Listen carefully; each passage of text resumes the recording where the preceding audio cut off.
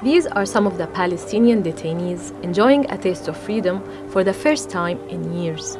The feeling is short-lived, however, as Israel has deported some of them from their own country, Palestine, making them exiled for eternity.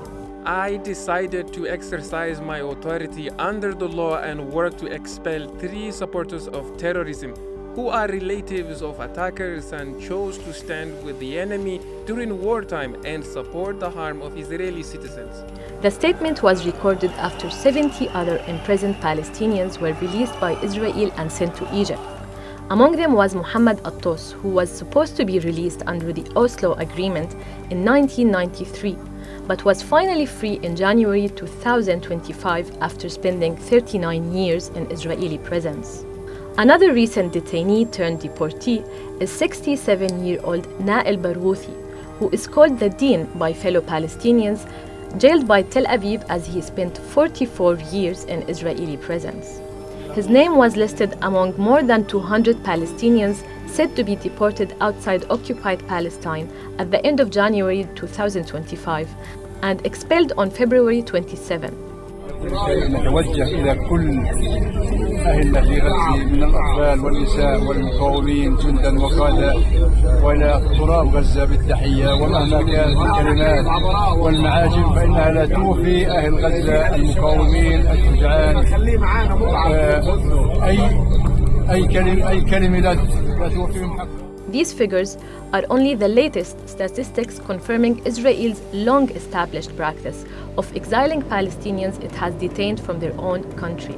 In December 1992, Israel expelled 415 Palestinians from the occupied Palestinian territories to South Lebanon without prior notice. The deportees were handcuffed, blindfolded, and transported by bus. The Israeli High Court upheld the deportations, and Lebanese authorities blocked the deportees' entry into their territory, leaving them stranded for a year in makeshift tents in Marj al-Zuhur, a no-man's land.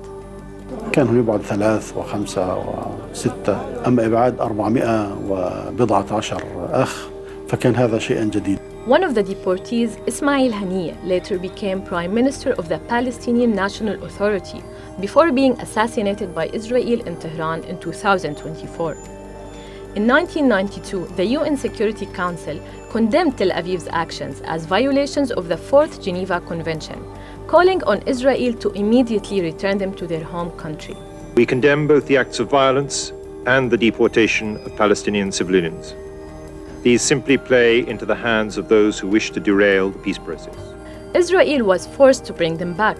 Most of them returned to their families, while 17 were deported with no prospect of return.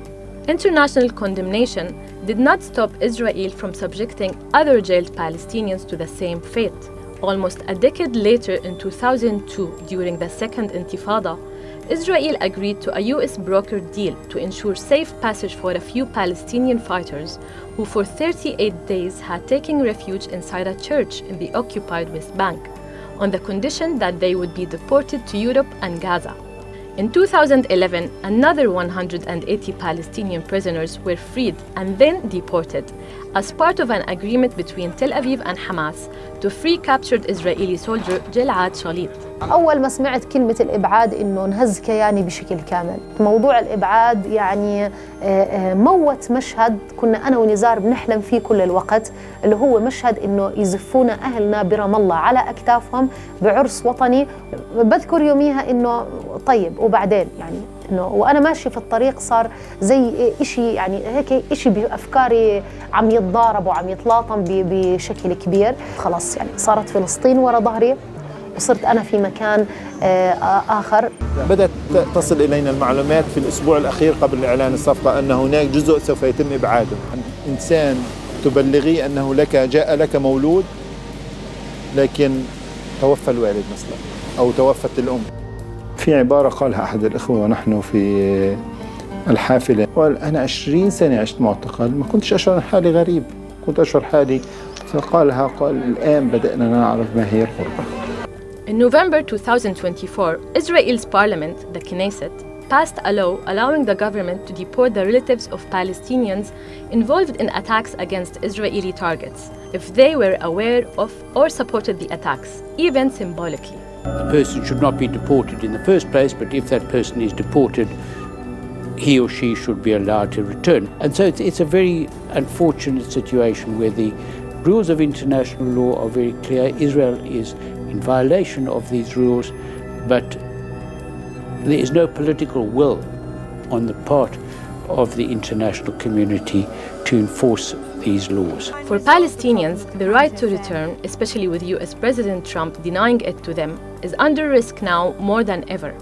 However, it remains a basic right that these exiled detainees have been continuously denied for years, as many Israeli officials have been ramping up calls in 2024 and 2025 to forcibly displace Palestinians from their own land.